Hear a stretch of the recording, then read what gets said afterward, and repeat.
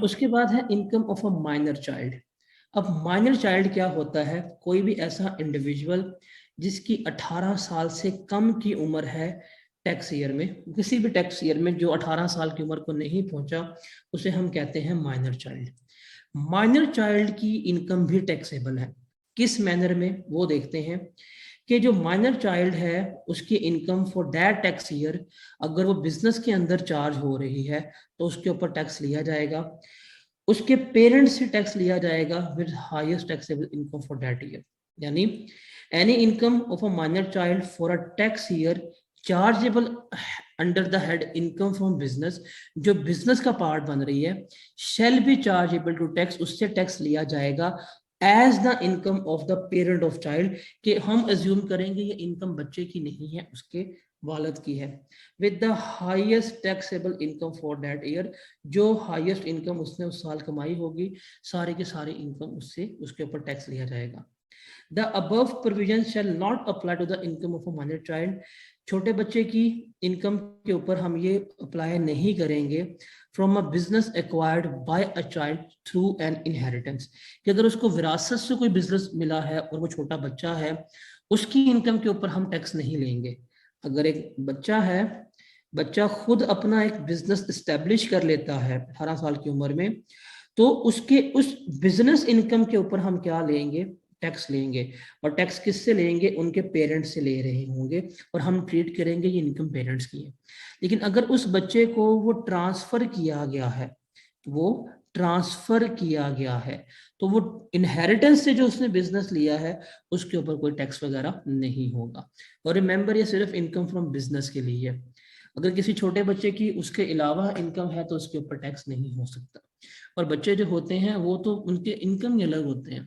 मतलब छोटे बच्चे होते हैं, सबसे पहले इनकम क्या कर कमाते हैं? 5 रुपए का नोट लेके नकली नोट देते हैं, 1000 1000 वाले, तो ये उनकी इनकम है। लाइक कभी कभी सोचते हैं कि बचपन में हम सारे काम कर चुके आ चुके हुए हैं।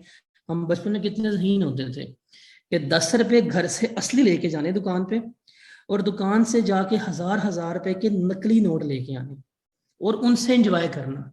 इतने जीनियस को लोग हैं। तो जिस दोस्तों में से जिस बच्चे के पास ये नकली नोट होते थे, उसके पास नकली नोट्स का बंडल होता है, वो 10 रुपए लेके वो बंडल बार बेच सकता है। अब वो बंडल वाली इनकम तो उसके अंदर सोच रहा है, वो बिजनेस नहीं है। तो इस तरह आप, कुछ नहीं है तो घर की जाके चीजें बेच देते हो, घर के जाके आपने सामान कबाड़ियों को बेच दिया, इनकम कमा लिया आपने गर्मियों में। तो ये इनकम टैक्सेबल नहीं है। हाँ, अगर छोटा बच्चा जो है इनकम फ्रॉम बिजनेस बिजनेस कर रहा है, उसकी बिजनेस की इनकम जो होगी वो टैक्सेबल होगी, और वो पेरेंट्स के जरिए टैक्स लिया जाएगा। तो ये है माइनर चाइल्ड की। आई थिंक एग्जामिनर नहीं पूछेगा।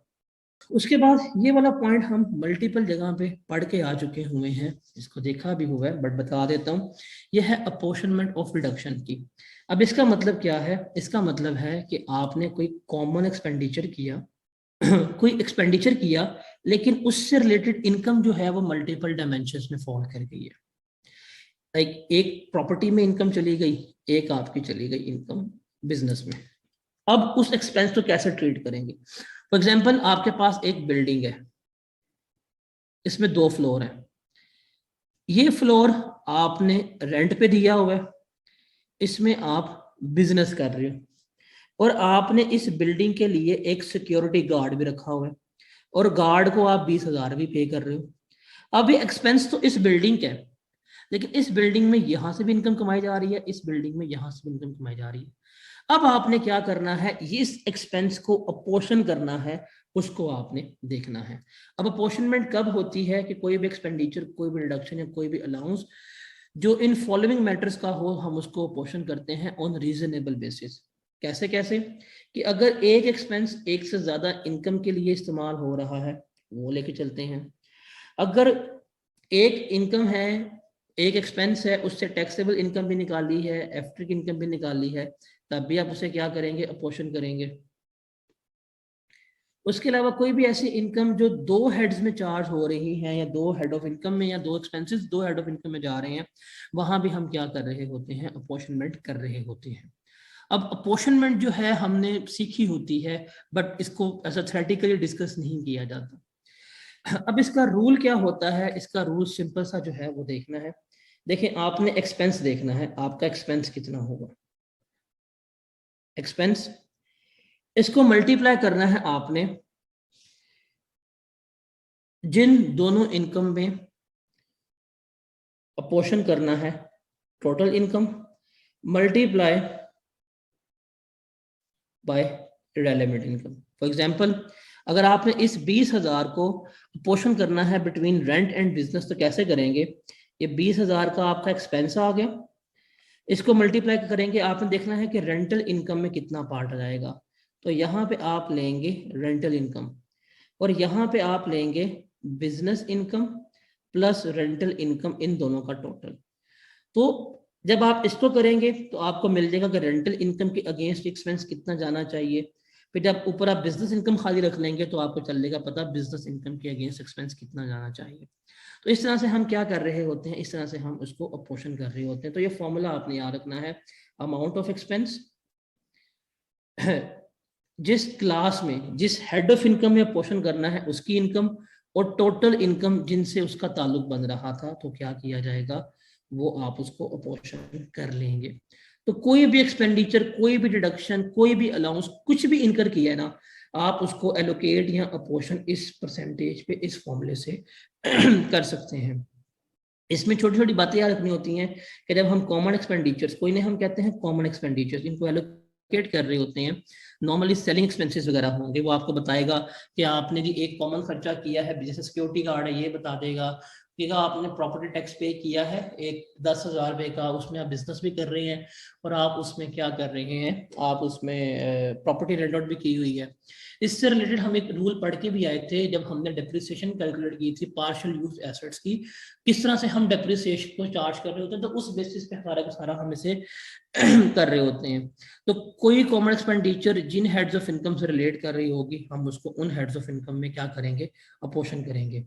अच्छा, ये जो बेसिस होते हैं ना, समटाइम्स हमें किसी एक्सपेंसेस की बेसिस वगैरह मालूम नहीं हो पाती। लाइक आपके पास एक बिल्डिंग है, आपने बिल्डिंग रेंट आउट की है, उस बिल्डिंग के अंदर 13 फ्लोर है, 13 फ्लोर पे मुख्तलिफ काम हो रहे हैं, मुख्तलिफ इनकम आपकी अर्न हो रही है और आप उस बिल्डिंग का आपने सिक्योरिटी गार्ड रखा हुआ है। अब आपको समझ नहीं आ रही कि सिक्योरिटी गार्ड की सैलरी किस इनकम में किस तरह से पोर्शन करूं। फिर उस वहां पे क्या होगा कि उन एक्सपेंडिचर्स की एलोकेशन के लिए, रिडक्शन के लिए आपको रेलेवेंट बेस प्रोवाइड की जाएगी और जो बेस होगी वो चार्टर्ड अकाउंटेंट्स या जो CMAs होंगे वो आपको प्रोवाइड कर रहे होते हैं कि ये हम बता रहे हैं इस तरह से अपने एक्सपेंडिचर्स वगैरह आप अपोर्शन कर लो। तो चार्टर्ड अकाउंटेंट के पास जाते हैं, आप उनसे लेते हैं मशवरा, सारे एक्सपेंसेस अपोर्शन करना समझ नहीं आ रही, तो वो जो आपको गाइडेंस देते हैं उस तरह से आपने ये करना होता है। उसके अलावा वो आपको सर्टिफिकेट देंगे अपोर्शनमेंट का या रेलेवेंट बेस का। वो सर्टिफिकेट जो होगा वो कमिश्नर लैंड रेवेन्यू एक्सेप्ट कर लेगा, लेकिन वो आपको सिर्फ ये बात कहता है कि जो सर्टिफिकेट पे आपको उसने चार्टर्ड अकाउंटेंट ने या CMS ने लिख के दी है रेलेवेंट बेस, उसके तहत ही आपने अपोर्शन करना है। मैक्सिमम 10% तक वेरिएशन वगैरह कर सकते हो, उसके अलावा नहीं कर सकते। इसके अलावा कुछ ट्रांजेक्शन होती है जिसमें गेन वगैरह होता है, ब्रोकरेज होती है, कमीशन वगैरह, अदर इनकम होती है, उसको हम उसके टर्नओवर की या ग्रॉस प्रॉफिट के बेसिस पे क्या कर रहे होते हैं, अपोर्शन कर रहे होते हैं। हमने ये अपोर्शनमेंट प्रैक्टिकली 2-3 सवालों में की हुई है।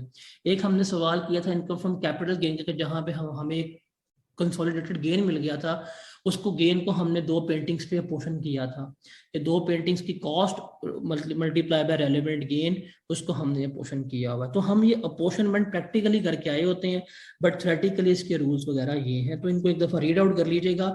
इनकी थ्योरेटिकली वो नहीं पूछ रहा होता, लेकिन वो न्यूमेरिकली बीच में हमारी एडजस्टमेंट हो जाती है और न्यूमेरिकली हम मल्टीपल जगहों पे इसकी अपोर्शनमेंट वगैरह करके भी आए होते हैं। तो ये चीज़ें हम कर चुके हुए हैं, बट थ्योरेटिकली क्या है और क्या नहीं है वो मैं आपसे भी डिस्कस कर रहा हूँ। तो ये अपोर्शनमेंट के रूल्स थे, किस तरह से अपोर्शन किए जाते हैं। इसमें बेशक आप ये वाली जो लाइनें हैं आप इनको इग्नोर कर सकते हैं, बेसिस वाली और सर्टिफिकेट वाली, ये आप इग्नोर कर सकते हैं, बट इनको एक दफ़ा रीड आउट कर लीजिएगा, यहाँ से रीड आउट कर लीजिएगा, बुक वगैरह आपको ओपन करने की ज़रूरत नहीं है। उसके बाद fair market value, fair market value इतनी जगह पड़ी है, इतनी जगह पड़ी है कि मुझे खुद नहीं पता मैंने कहाँ कहाँ पढ़ाई है। अब यहाँ पे है कि फेयर मार्केट वैल्यू डिटरमिन करने के रूल्स क्या होते हैं। अब कुछ रूल्स हम इनकम फ्रॉम बिजनेस में देख के आए हैं, जितनी बातें हम न्यूमेरिकली, थ्योरेटिकली, कंसेप्चुअली डिस्कस करके आ चुके हैं, वो उसने यहाँ पे हमें रूल्स बता दिए हैं कि फेयर मार्केट वैल्यू कैसे डिटरमिन होती है। जैसे पढ़ लेते हैं जी कि fair market value of any property और रेंट और एसेट और सर्विसेज और बेनिफिट और perquisite at a particular time shall be the price which the property, rent, asset, service, benefit would ordinarily fetch on sale और supply in the open market at that time. और ये हम पढ़ के आ चुके हैं, ये हम पढ़ के आ चुके हैं। जो मार्केट वैल्यू होती है वही फेयर मार्केट वैल्यू होती है। इनकम फ्रॉम प्रॉपर्टी में बड़े वाजिया बात की थी कि भाई जो market value fair market value है। कैपिटल गेन में डिस्पोजल का टाइम बड़ी हैवी बात की है, जो मार्केट वैल्यू है फेयर वैल्यू है। सैलरी में जब आपको एसेट्स वगैरह दिए जाते हैं, हम वहां देखते हैं कि इस एसेट्स की कॉस्ट है, इसकी मार्केट वैल्यू है, तो हम ये चीज पढ़ के आ चुके हुए हैं। बस दिल को तसल्ली रखने के लिए हमने इसको पढ़ना है। The fair market value of any property or rent or asset or services or benefit or purchase shall be determined without having regard to any restriction or transfer to the fact that is not otherwise convertible to cash। जो convertible to cash नहीं होती, हम उससे किस तरह determine करते हैं कि जो वो मार्केट हमें प्राइस वगैरह दे दे लेके, और उसके ऊपर कोई रिस्ट्रिक्शन वगैरह ना हो, मतलब नॉन रिस्ट्रिक्टेड हमारे पास एसेट या वैल्यू हो, जो उसकी हमें मार्केट प्राइस मिल सकती है, वो हम उसकी प्राइस ले लेंगे। When the price referred above is not ordinarily ascertainable, अगर हम नॉर्मल सर्कमस्टांसिस में कोई वैल्यू डिटरमिन नहीं कर सकते, तो बोर्ड जो है वो टाइमली बेसिस के ऊपर एक नोटिफिकेशन दे देगा अपने ऑफिशियल गजट में, और वो हमें फेयर मार्केट वैल्यू या प्रॉपर्टी की वैल्यू या एरिया स्पेसिफाई कर देगा, वो हमारी मार्केट वैल्यू डिटरमिन कर देता है। अब ये वाली बात जो यहाँ पढ़ रहे हैं, ये इनकम फ्रॉम कैपिटल गेन में प्रॉपर्टी के डिस्पोजल में बताई हुई है कि प्रॉपर्टी के दो रेट्स होते हैं, एक डीसी रेट्स होता है और एक एफबीआर रेट होता है। अब एफबीआर ने खुद रेट डिटरमिन करके दे दी होती है, तो ये भी बात है, हम पढ़ के आ चुके हैं, तसल्ली करने के लिए हम यहाँ पे देख रहे हैं। सिमिलरली इनकम फ्रॉम प्रॉपर्टी में रेंटल वैल्यू के बारे में पढ़ी है कि एक वैल्यू वो होती है रेंटल जो कमिश्नर डिटरमिन कर देता है, एक वो है जिसके ऊपर आपने दी होती है, तो हम ये बात पढ़ के आ चुके हैं। When the fair market value of any property of an area or areas has not been determined by a board, जो बोर्ड ने डिटरमिन नहीं किया नोटिफिकेशन में, the fair market value of such property shall be deemed to have the value fixed by district officer या DC, अगर आपको हो DC officer जो वैल्यू डिटरमिन करता है, या जो प्रोविंशियल या लोकल अथॉरिटी ने जो स्टैम्प पर्पस के लिए, स्टाम्प पेपर के लिए वैल्यू डिटरमिन की होती है, वही उसकी वैल्यू होती है। अब ये वाला पॉइंट और ये वाला पॉइंट इनकम फ्रॉम प्रॉपर्टी में कैपिटल गेन के डिस्पोजल में, डिस्पोजल के पॉइंट में जाके कंसिडरेशन रिसीव में फेयर मार्केट वैल्यू पे दो ट्री ड्रॉ करके बताए थे कि एक वैल्यू डिटरमिन बाय एफबीआर होती है, एक बाय डीसी होता है, जो डिप्टी कमिश्नर ऑफिसर होता है रेवेन्यू का। अगर वो भी ना हो तो जो हुकूमत डिटरमिन करती है वो हम कीमत ले लेते हैं, ये हमने बात पढ़ी हुई है। जैसे एग्जांपल है, एक XYZ ने सेकंड हैंड कार परचेज किया एबीसी लिमिटेड से, वो एक एसोसिएटेड कंपनी है, कार की कॉस्ट 5 लाख थी, वो एबीसी के बुक्स में उसकी WDV 3.5 लाख है, लेकिन कार डीलर ने कंपनी को बताया है कि उस गाड़ी की कीमत 2.5 लाख रुपया है। आप बताएं जी गाड़ी किस कीमत के ऊपर रिकॉर्ड होगी? तो XYZ उसकी फेयर मार्केट वैल्यू 2.5 लाख होगी, उसकी मार्केट वैल्यू ये फर्स्ट होकर दे रही है, वो इसके ऊपर क्या करेगा, रिकॉर्ड कर रहा होगा, तो ये गाड़ी की फेयर मार्केट वैल्यू है। अब वो एक्वायर किसके ऊपर करता है वो हमें नहीं पता, बट फेयर मार्केट वैल्यू जो है वो 2.5 लाख ट्रीट हो रही होगी। इस गाड़ी की कीमत जो है वो 2.5 लाख रुपया है मार्केट में। तो ये रूल्स है हमारे फेयर मार्केट वैल्यू से मुतालिक। उसके बाद आई थिंक रिकूपमेंट भी हमने हर जगह पढ़ी है। If I am not wrong, हमने प्रॉपर्टी में पढ़ी, रिकूपमेंट क्या होती है। उसके बाद हमने आई थिंक बिजनेस में पढ़ी कि 3 साल तक लाइबिलिटी पे ना के रिकूपमेंट हो जाती है। बैड डेट्स की रिकवरी रिकूपमेंट है। तो रिकूपमेंट हम सारे पढ़ के आ चुके हुए हैं। क्या होता है, सिंपल सी बात है, जो प्रीवियसली एक्सपेंस अलाउ किया गया था, बाद में वो एक्सपेंस नहीं हुआ, एड बैक कर दो। पहले जो इनकम क्लेम की थी वो इनकम ही नहीं हुई, बैड डेट कर दो, ये रिकूपमेंट है। तो इसके रेलेवेंट तमाम रूल्स हैं, ये रीड कर लीजिएगा। आई थिंक इनको हमने मल्टीपल जगह बहुत डिटेल में डिस्कस किया हुआ है, हमने टाइम पीरियड भी समझा हुआ है। जैसे रिकूपमेंट हमने कहाँ कहाँ देखा, हमने रिकूपमेंट इनकम फ्रॉम प्रॉपर्टी में देखा, बैड डेट्स की रिकवरी बैड डेट्स के वाले पॉइंट में, रिकूपमेंट हमने बिजनेस में देखा कि अगर हम एक्रूवल बेसिस के ऊपर अकाउंट बना रहे हैं तो हमने कोई एक्सपेंस पे करना है तो वो 3 साल तक हमने पे करना होता है। इसके बाद रिकूपमेंट हमने कहाँ पे डिस्कस किया था, इसके बाद जो हम फॉरेन टैक्स क्रेडिट लेते हैं उसके ऊपर रिकूपमेंट होती है, टैक्स पेबल हो जाएगा। इसके अलावा इन्वेस्टमेंट इन शेयर्स के ऊपर जो आप रिबेट लेते हैं उसके ऊपर रिकूपमेंट होती है कि 24 महीने तक आपने शेयर्स हो गए या वो इंश्योरेंस पॉलिसी होगी वो आपने विदहेल्ड करनी होती है, अगर आप ना करें तो वो एड बैक हो जाती है। तो ये रिकूपमेंट हम सीख के आ चुके हुए हैं। ये कोई भी एक्सपेंसेस जो हमें एज एक्सपेंसेस अलाउ किया गया था बाद में आपकी इनकम में ऐड कर दिया जाए, या कोई भी डिडक्टेबल अलाउंस जो आपको अलाउंस अलाउ किया गया था या कोई भी रिबेट उसका रिवर्सल हो जाए तो ये रिकूपमेंट कहलाती है। तो मल्टीपल जगहों पे मल्टीपल रूल्स के साथ इसके हमने ट्रीटमेंट पढ़े हुए हैं, ये रिकूपमेंट क्या होती है क्या नहीं होती। उसके बाद अगर आपका सोर्स ऑफ इनकम आना बंद हो जाए, सेसेशन हो जाए, उसके बारे में बात कर लेते हैं। इधर ये सेक्शन हम उस वक्त अप्लाई करेंगे where any income is derived by a person in a tax year from any business activity investment और other sources that has ceased either before commencement of year और ड्यूरिंग द ईयर। कि अगर किसी बंदे के income के sources बंद हो जाए, जो पैसे कमा रहा था वो पैसे आना खत्म हो जाए, तो ये रूल हम वहां पे अप्लाई कर रहे होते हैं। क्या in such a case the income drive from business activity investment और other sources ceased shall be chargeable to tax as if the source of such income had not ceased। कि जिस दिन तक उसकी इनकम सीज नहीं होती उस दिन तक हम क्या करेंगे, ट्रीट करेंगे उसकी इनकम को ऐसे ही जैसे वो टैक्सेबल थी। तो जब तक आपके पास पैसे कमाओगे, जितना कमाओगे उसके ऊपर टैक्स देना है, ये हमने बात की हुई है। एग्जाम्पल करते हैं। On 21 March there was a fire in the shop of mister Imran, entire stock of honey जिसकी कीमत 1 लाख से कॉस्ट की वो डिस्ट्रॉय हो गया। इमरान ने इंश्योरेंस कंपनी ने रिफ्यूज कर दिया कि वो लाख का क्लेम नहीं देगी उसके स्टॉक एंड ट्रेड का। इमरान ने कारोबार बंद कर दिया फ्रॉम 30 जून। उसने अपने इनकम की रिटर्न फर्निश की और उसने 1 लाख रुपए का डिडक्टेबल बिजनेस लॉस क्लेम कर लिया under the head income from business. This loss was allowed as a charge in that year or during the year. 222 the insurance company on receiving a legal notice on Imran made a payment of rupees 75,000 for that claim, जो उसने बाद में claim settlement कर लिया। अब देखें उसका यहाँ पे लॉस हुआ, उसने लॉस क्लेम कर दिया, कारोबार तबाह कर दिया। 2-3 साल बाद उसको लॉस की रिकवरी हो गई, कंपनी ने क्लेम दे दिया। जब कंपनी क्लेम दे देगी उसे क्या करना पड़ेगा, उसको डिक्लेयर करना पड़ेगा। तो इस तरह से हम इसको ट्रीट कर रहे होते हैं। एक तो इसका ये पर्सपेक्टिव होता है। दूसरा इसका पर्सपेक्टिव होता है कि अगर आपने इंश्योरेंस क्लेम वगैरह किए होते हैं ना, तो अगर आपको कंपनी ने क्लेम से रिफ्यूजल दे दिया होता है तो आप उसके खिलाफ केस वगैरह करके आप अपनी रिटर्न वगैरह फाइल कर सकते हैं। बट ये टेक्निकल होते हैं पॉइंट, आई थिंक इसलिए एग्जाम लेवल में वो आपको इतना नहीं पूछेगा, बट ये टेक्निकल पॉइंट्स होते हैं कि कंपनी इंश्योरेंस क्लेम नहीं दे रही है और आपका कंपनी के आपके बिजनेस के गोइंग कंसर्न इश्यूज खड़े हो गए हुए हैं। अब रिटर्न फाइल करनी है कि नहीं फाइल करनी, क्या लॉस डिक्लेयर होगा, क्या वो क्लेम है वो रिकवरेबल है भी कि नहीं है, उसके बेसिस के ऊपर हम रिटर्न प्रैक्टिकल ग्राउंड रियलिटीज की बेसिस पे फाइल कर रहे होते हैं। बट आपको सिर्फ इतना याद रखना है कि जो इनकम जब तक कारोबार बंद हुआ उतनी इनकम के ऊपर टैक्स देना पड़ेगा, और जब कारोबार बंद होने के बाद कोई उसको चीज रिकवर होगी, कोई गेन वगैरह बाद में आगे हासिल हो गया, उसको उसके ऊपर भी टैक्स देना पड़ेगा। तो ये चीज आपको माइंड में रखनी पड़ेगी।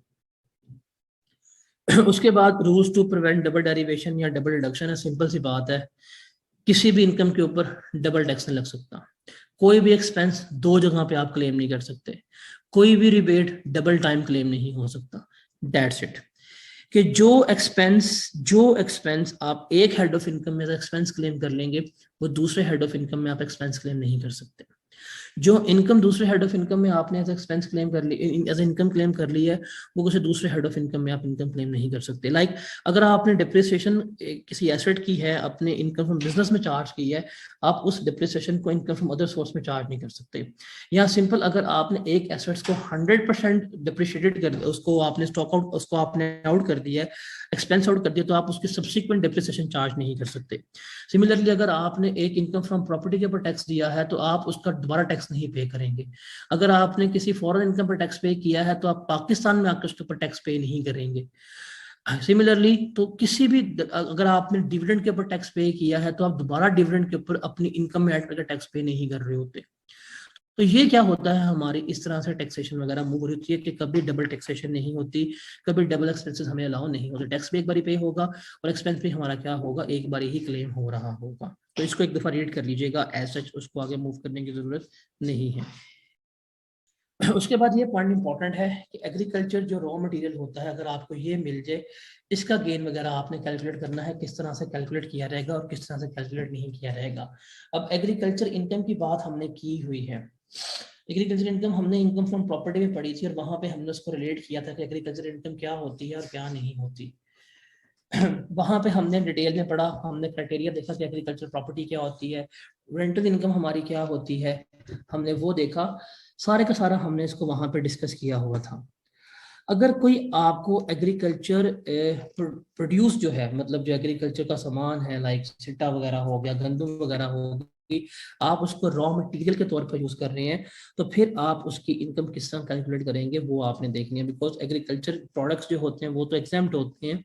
तो उसके बारे में रूल क्या कहता है वो देखते हैं। तो कहता है जी, where a person who's a cultivator, जो काश्तकार है या रिसीवर ऑफ एग्रीकल्चर प्रोड्यूस है, as a rent in kind, मतलब जिसको as a rent in kind agriculture produce मिलता है, मतलब आपने जमीनें दी हुई हैं, आप पैसे नहीं ले रहे, आप गंदम ले लेते हैं, बदले में चावल ले लेते हैं, या आपने गन्ने के बाग दिए हुए तो गन्ने ले लेते हैं, और वो जो आपको एग्रीकल्चर प्रोड्यूस मिलता है, आप उसको एज अ रॉ मटेरियल इस्तेमाल कर रहे हैं अपने बिजनेस में, तब आप अपनी इनकम जो है वो कैलकुलेट करेंगे, और वो इनकम जो होगी आपकी इनकम फ्रॉम बिजनेस में आएगी, उसको हम इस तरह से कैलकुलेट करेंगे कि जो आपकी टोटल इनकम होगी वो, और जो उस एग्रीकल्चर प्रोड्यूस की मार्केट वैल्यू होगी वो आप इसमें से लेस करेंगे, तो आपके पास क्या आ जाएगी, आपकी टोटल बिजनेस इनकम आ जाएगी। फॉर एग्जांपल, आपके पास एक गन्ने का बाग है, आपकी शुगर मिल भी है, आपके पास गन्ने का मतलब खेत भी है,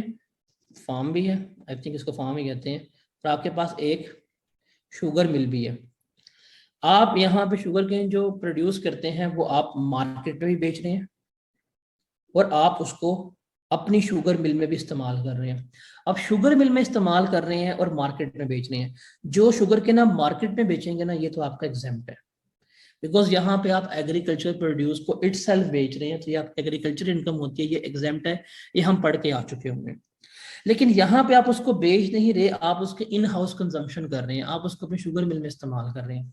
तो शुगर मिल से जो पैसे आएंगे, जो सेल्स होंगी, वो लेस होगी आपकी कॉस्ट ऑफ सेल, और कॉस्ट ऑफ सेल क्या होगी कि उस शुगर केन की कॉस्ट क्या है, और शुगर केन की कॉस्ट क्या ली जाएगी कि उस शुगर केन की जो मार्केट में आपको कीमत मिल रही होती है, आप उसको कॉस्ट डिटरमिन करके अपना गेन या लॉस निकाल लेंगे। लाइक आपके पास अगर खेत हैं, आप गंदम उगा रहे हैं या आप चावल उगा रहे हैं, आप मार्केट में भी बेचते हैं और आपने मिल भी लगाई हुई है, तो जो गंदम आप उगा के मार्केट में भेज रहे हैं वो एग्जेम्प्ट है, लेकिन आप उसको अपने मिल में इस्तेमाल कर रहे हैं, तो मिल में आटा बना के बेचेंगे, उससे जो रेवेन्यू आएगा वो आपकी सेल हो जाएगी, उसमें से जो गंदम की मार्केट में आपको कॉस्ट मिल रही होगी, पैसे मिल रहे होंगे, वहाँ पे कॉस्ट हो जाएगी, आप उसका अपना गेन या लॉस निकाल लेंगे। इसमें सिर्फ आपने ये पॉइंट बहुत इंपॉर्टेंट है कि जो मार्केट वैल्यू होगी एग्रीकल्चर प्रोड्यूस की, सिर्फ वो रिडक्ट करनी है, सिर्फ जो मार्केट वैल्यू, मतलब गंदम की मार्केट में क्या कीमत मिल रही है वो आपने डिडक्ट करनी है। फर्दर डिडक्शंस वगैरह जो होंगी उससे रिलेटेड वो आपको अलाउ नहीं होंगी, उस एग्रीकल्चर प्रोड्यूस से रिलेटेड फर्दर डिडक्शंस आपको अलाउ नहीं होंगी। ये सिंपल आपने याद रखना है, मतलब आप इसको अपनी as a cost of sales treat कर सकते हैं जो उसकी मार्केट वैल्यू है। अब मार्केट वैल्यू अगर कैलकुलेट करनी हो तो कैसे करेंगे, ये भी आप देख लेना पॉइंट कि हमने इस केस में मार्केट वैल्यू कैसे कैलकुलेट करनी है। कि अगर कोई एग्रीकल्चर प्रोड्यूस जो है, अगर वो ऑर्डिनरली सोल्ड हो रहा है मार्केट में इन रॉ स्टेट, वो जो कीमत आपको मिलेगी वो आपकी मार्केट वैल्यू है, या कोई प्रोसेस वगैरह करने के बाद, कोई बंदा एम्प्लॉय करने के बाद, कुछ भी करने के बाद जो आपको उसकी कीमत मिल रही है मार्केट में, वो क्या होगी, उसकी मार्केट वैल्यू डिटरमिन हो रही होगी। और वो जो मार्केट वैल्यू डिटरमिन होगी ना आपकी, वही मार्केट वैल्यू आप अपने बिजनेस में इस्तेमाल करेंगे अगर आप उस एग्रीकल्चर प्रोड्यूस को यूज कर रहे हैं। इसके अलावा कोई और दूसरा केस हो, अगर आपने मार्केट वैल्यू डिटरमिन करनी है, लाइक आपने गंदम उगाते हैं और आप गंदम बाहर बेचते ही नहीं है बिल्कुल भी, और आप कहते हैं मैं तो भाई बाहर बेचता नहीं, सिर्फ और सिर्फ मैं तो इसको अपने लिए इस्तेमाल कर रहा हूँ, फिर क्या होगा? फिर जो आपके एक्सपेंसेस ऑफ कल्टीवेशन होंगे वो, और अगर आपने कोई लैंड रेंट पे दिया हुआ है या उसका उसके जो रेंट वगैरह पे कर रहे हैं, वो एक्सपेंसेस वगैरह आपके आ जाएंगे। तो इन शॉर्ट कि अगर आपकी एग्रीकल्चर प्रोड्यूस मार्केट में जो बिकती है उसकी जो कीमत आती है वो आपकी मार्केट वैल्यू होगी। अगर मार्केट में बेचने के लिए थोड़ा बहुत आपको एक्सपेंस, थोड़ा बहुत प्रोसेस करना पड़ता है, लाइक आपको उसको ट्रैवल करवाना पड़ता है, ट्रांसपोर्ट करवाना पड़ता है, उसको बोरियों में बंद करवा के बेचना पड़ता है, तो वो बोरियों में बंद करवा के बेचते हुए जो कीमत मार्केट में मिलेगी वो कॉस्ट हो जाएगी। अगर आप मार्केट में बेचने नहीं चाहते तो फिर जो आपकी कल्टीवेशन की कॉस्ट आएगी वो, और जो आप उस प्रॉपर्टी का उस लैंड का रेंट वगैरह पे कर रहे होगे, वो आपकी एग्रीकल्चर प्रोड्यूस की कॉस्ट कंसीडर हो जाएगी। तो इस तरह से हम इनकी कॉस्ट वगैरह है वो मेजर कर रहे होते हैं। इससे रिलेटेड एक सवाल है, स्प्रिंग 18 में आया हुआ है, इसको देखते हैं। कहता है under the provision of income tax ordinance 2001 and rules made then under compute taxable income of Nadeem for tax year 18। Tax year 18 में हमने नदीम की इनकम कैलकुलेट करनी है। 4 नंबर का सवाल है, कहता है Nadeem has agriculture land in Thatta, उसका ठट्टा में एग्रीकल्चर लैंड है which is being used for the cultivation of sugar cane, जो शुगर केन की कल्टीवेशन में इस्तेमाल हो रहा है। During the year he cultivated 2 lakh ton of sugar cane, उसने 2 लाख टन शुगर केन का कल्टीवेट किया। उसमें से 1,40,000 टन जो है वो उसने शुगर मिल को 4,550 रुपए पर टन के लिहाज से बेच दिया।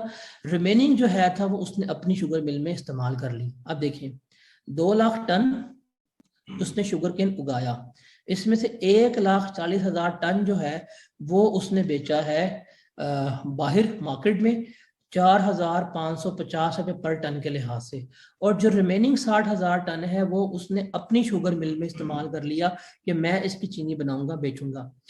During that year there were no purchases of sugar cane by his sugar mill, उसकी मिल ने कोई शुगर केन बाहर से परचेज नहीं किया, मतलब सारे का सारा गन्ना जो है वो खुद ही इस्तेमाल किया अपना। The sale of his sugar mill stood at 310 million, उसकी 310 मिलियन की सेल्स थी। Whereas total expenses other than raw material amounted to rupees 19 million, total expenses जो रॉ मटेरियल के अलावा थे वो 19 मिलियन थे। There was no opening closing stock of sugar cane, और शुगर केन कोई ओपनिंग कोई क्लोजिंग स्टॉक वगैरह मेंटेन नहीं किया जाता। अब इसकी हमने इनकम कैलकुलेट करनी है, तो सिंपल सी बात है, आप यहाँ पे ले रहे हैं इसकी सेल्स प्रोसीड्स कितनी आ रही हैं, इसकी सेल प्रोसीड ले लें, डेट इज 310 मिलियन, ये आ रही है 310 मिलियन। उसके अलावा आपके पास उसने अदर बिजनेस एक्सपेंसेस दिए हुए हैं, आप वो भी ले लें बिजनेस एक्सपेंसेस, वो उसने हमें गिवन किए हैं 19 मिलियन, वो भी हमारे आ जाएंगे।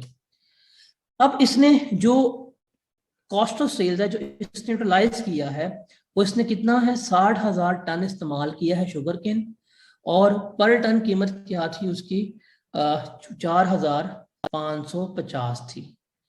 इसको मल्टीप्लाई करें, बताएं क्या कॉस्ट आती है इसकी, इसकी आ जाएगी 273 मिलियन।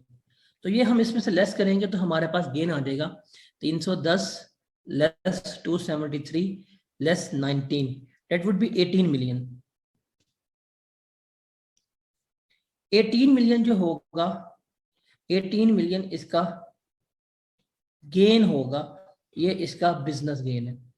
तो ये जो इसकी इनकम है ये टैक्सेबल है, इसके ऊपर टैक्स पे किया जाएगा, लेकिन ये इसकी इनकम टैक्सेबल है। एक इसकी इनकम एग्जेम्प्ट भी होगी, वो कौन सी, कि जो इसने मार्केट में गन्ना बेच के पैसा कमाया है वो उसकी एज एग्रीकल्चर इनकम होगी, और वो क्या हो जाएगी, उसकी एग्जेम्प्ट हो जाएगी। तो 18 मिलियन का इसका गेन आएगा, और ये इसकी बिजनेस इनकम ट्रीट होगी because he is running sugar mill. तो यहाँ पे सिंपल था कि जो हम एग्रीकल्चर प्रोडक्ट्स इस्तेमाल करते हैं उनकी कॉस्ट हमने किस तरह डिटरमिन करनी है और बिजनेस में कैसे एक्सपेंस आउट करनी है, ये उससे रिलेटेड एक सवाल था। अब बाकी छोटी छोटी चीजें हैं, आई थिंक इनको याद करने की बिल्कुल भी जरूरत नहीं है, एक बार सुन लिया डैट्स इनफ, पढ़ने की भी मेरे ख्याल से बाद में आपको जरूरत नहीं है, ये बातें हम कर चुके हुए हैं। क्या है कि जो यूनाइटेड नेशंस या डिप्लोमेट्स होते हैं इनकी जो इनकम वगैरह होती है, या फॉरेन गवर्नमेंट ऑफिशियल्स होते हैं इनकी इनकम एग्जेम्प्ट होती है।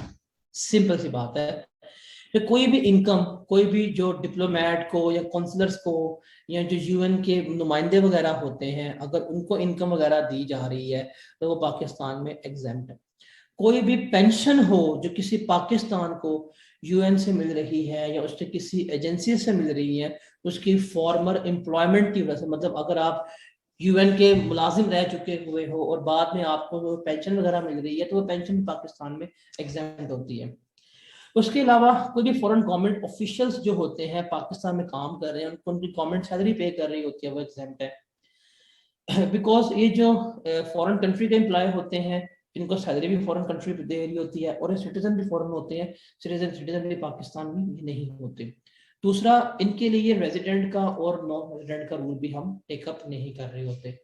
इसके अलावा जो फेडरल गवर्नमेंट के एम्प्लॉयज होते हैं, अगर ये किसी मुल्क में काम कर रहे होते हैं, इनकी भी इनकम वगैरह क्या होती है, एग्जेम्प्ट होती है। इनके ऊपर भी वाइस वर्सा टैक्स हम नहीं ले रहे होते। तो ये सिर्फ इतना सुन लिया, दैट्स इनफ फॉर यू। उसके बाद ये टैक्स ट्रीटी है, ये टैक्स ट्रीटी हम बहुत डिटेल में पढ़ के आ चुके हुए हैं, अब उसकी बात है। टैक्स ट्रीटी क्या होता है कि आपका दो कंट्रीज के दरमियान एग्रीमेंट हुआ होता है, वो एग्रीमेंट के तहत आपकी इनकम क्या होती है, एग्जेम्प्ट होती है।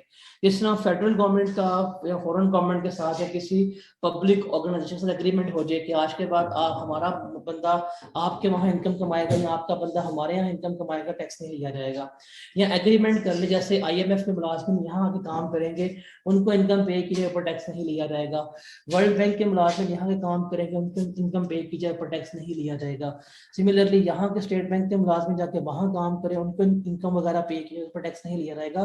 तो इस तरह के जो आप इंटरनेशनल एग्रीमेंट्स करते हैं about the exemption of income, उसके तहत जो आपने एग्रीमेंट सेट आउट कर लिया, उसके मुताबिक आपकी इनकम क्या होगी, एग्जेम्प्ट होगी। अब वो इनकम मिल रही है, प्रॉफिट मिल रहा है, गेन मिल रहा है, पेंशन मिल रही है, ग्रेचुटी मिल रही है, लमसम पेमेंट्स मिल रही है, उसके अलावा कोई भी गेन्स, कुछ भी ग्रांट्स मिल रही है, सारी क्या हो जाएगी, एग्जेम्प्ट हो जाएगी।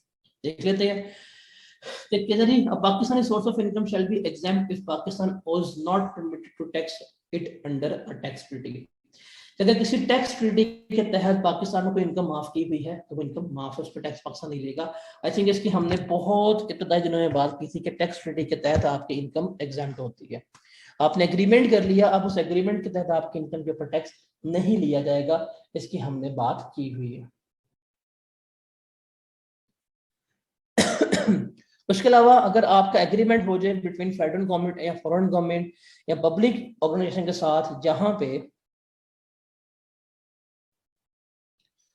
इंडिविजुअल जो है, चाहे वो रेजिडेंट है या नहीं है, लेकिन वो सर्विसेज करने के लिए आया है किसी एड एग्रीमेंट के तहत, या कोई भी एड एग्रीमेंट है किसी फॉरेन कंट्री का जो पाकिस्तान के शहरियों को दिया जा रहा है, या कोई भी सैलरी किसी फॉरेन गवर्नमेंट को या पब्लिक ऑर्गेनाइजेशंस या कोई ग्रांट्स वगैरह पाकिस्तान को दी जा रही है, तो वो भी एग्जेम्प्ट होती हैं, उसके ऊपर भी कोई टैक्स वगैरह नहीं लिया जाएगा।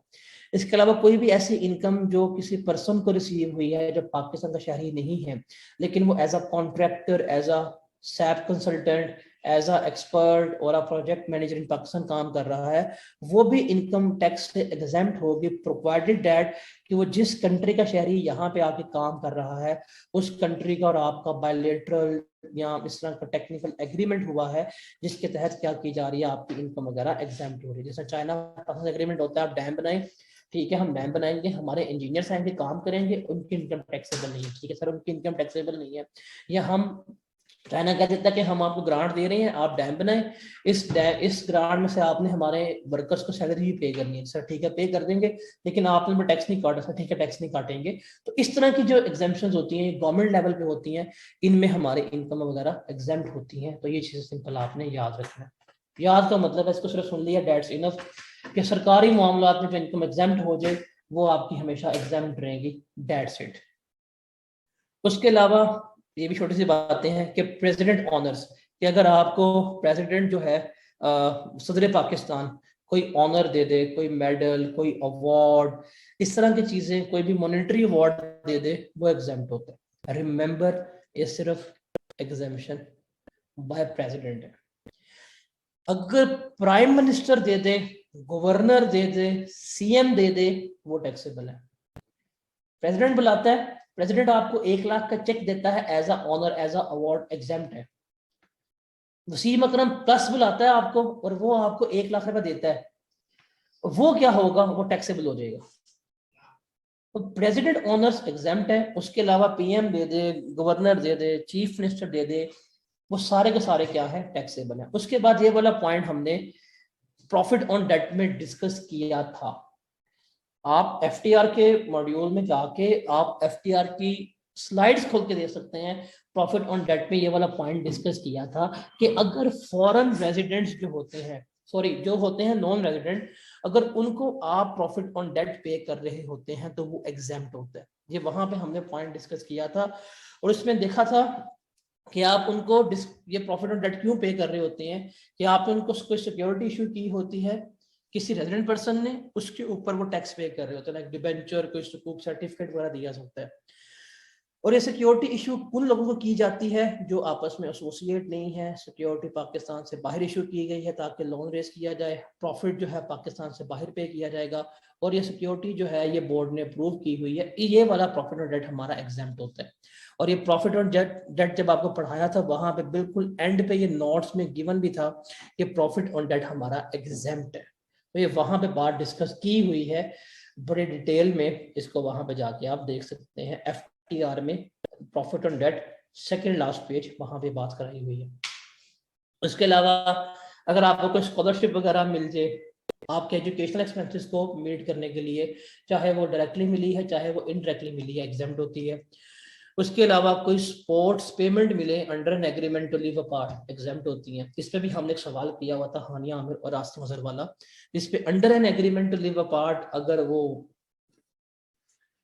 पेमेंट्स मिलती हैं वो एग्जाम्प्ट होती है। जिसमें if I am not wrong एक सवाल था कि हानिया आमिर अपने 6 साल बच्चे लूसी के साथ आसिम अजहर को छोड़ देती है तो उसको under an agreement to live apart वो सपोर्ट और वो सारी चीजें होती हैं तो वो एग्जाम्प्ट है।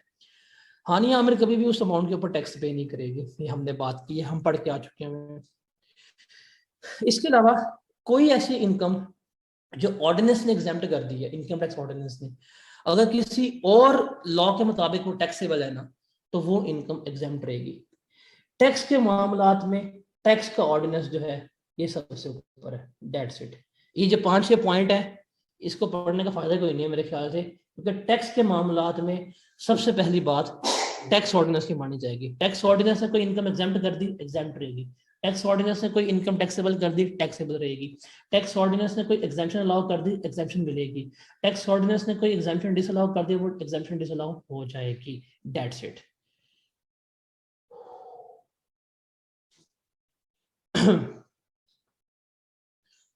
उसके अलावा कोई भी आपकी इनकम है, कोई भी आपका एक्सपेंस है जिसपे दो कानून के अंदर इख्तलाफ हो गया, कोई उसको एग्जेम्प्ट कर रहा है कोई उसको टैक्सेबल कर रहा है, तो जो इनकम का पार्ट होगा ना उसमें, उसके लिए हमेशा इनकम टैक्स ऑर्डिनेंस जो है वही वैलिड रहेगा। मतलब इनकम टैक्स ऑर्डिनेंस इनकम के तमाम मामलात में क्या करेगा, प्रिवेल करेगा, हम हमेशा उसी की बात मान रहे होते हैं। उसके बाद कोई भी प्रोविंशियल, फेडरल या लोकल गवर्नमेंट की इनकम होती है वो हमारी हमेशा एग्जेम्प्ट होती है। ये भी गवर्नमेंट की इनकम की बात भी हमने की थी चैप्टर नंबर 4 जब बेसिक्स पढ़ रहे थे कि वो एग्जेम्प्ट होती है, कि फेडरल गवर्नमेंट की इनकम जो है वो एग्जेम्प्ट है। फेडरल गवर्नमेंट किसको टैक्स पे करेगी, खुद को, कभी मैं नहीं करना। सिमिलरली जो प्रोविंशियल गवर्नमेंट या लोकल गवर्नमेंट होती है उसकी इनकम भी एग्जेम्प्ट होती है।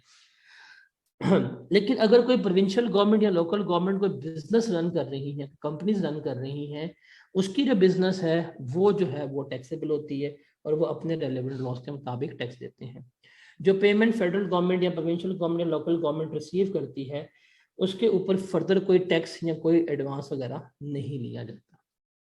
और इसके अलावा जो कॉर्पोरेट अथॉरिटीज होती हैं, कंपनीज होती हैं, रेगुलेटरी अथॉरिटीज हैं, डेवलपमेंट अथॉरिटीज हैं, कोई भी ऐसी बॉडी या कोई भी ऐसा इंस्टीट्यूट जो किसी भी फेडरल लॉ या प्रोविंशियल या किसी भी लॉ के तहत बना हो, उसकी जो इनकम वगैरह होती हैं वो क्या होती हैं, आपकी टैक्सेबल होती हैं, दैट्स इट। मतलब वापडा की इनकम जो है टैक्सेबल है, लेकिन पार्लियामेंट की इनकम जो है वो टैक्सेबल नहीं है। कैबिनेट डिवीजन की इनकम टैक्सेबल नहीं है, लेकिन ओगरा की इनकम जो है वो टैक्सेबल है।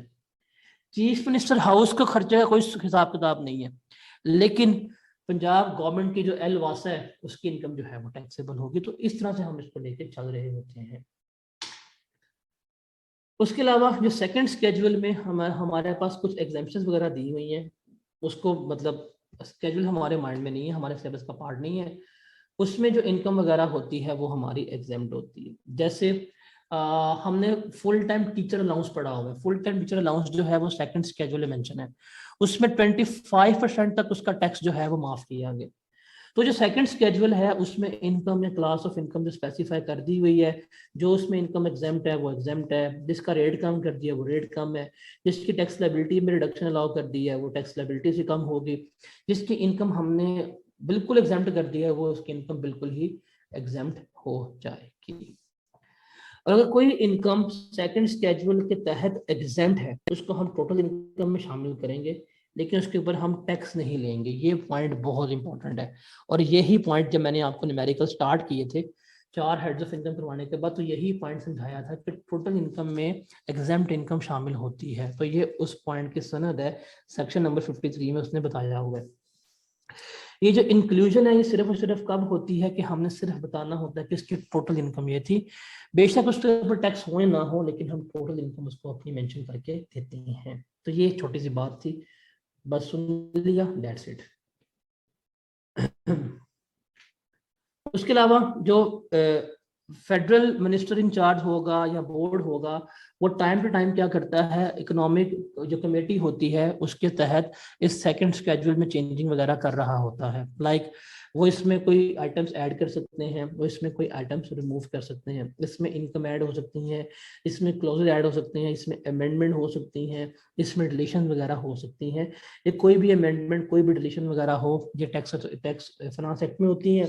उसके अप्रूवल के लिए फेडरल गवर्नमेंट जो होती है वो नेशनल असेंबली में बिल पेश करती है, और सेनेट से और असेंबली से उसकी अप्रूवल लेके अपने वो अमेंडमेंट्स वगैरह करवा के दे देती है। जैसे अभी अभी रिसेंटली सप्लीमेंट्री बजट पास हो गए, तो जो चीजें अप्रूव करवानी थी उसके ऊपर वो उसमें अमेंडमेंट्स ला के अप्रूवल वगैरह दे देते हैं। तो यहाँ पे इनकम टैक्स ऑर्डिनेंस 100% डन होता है, कोई एक ऐसी चीज नहीं है जो ना की हो।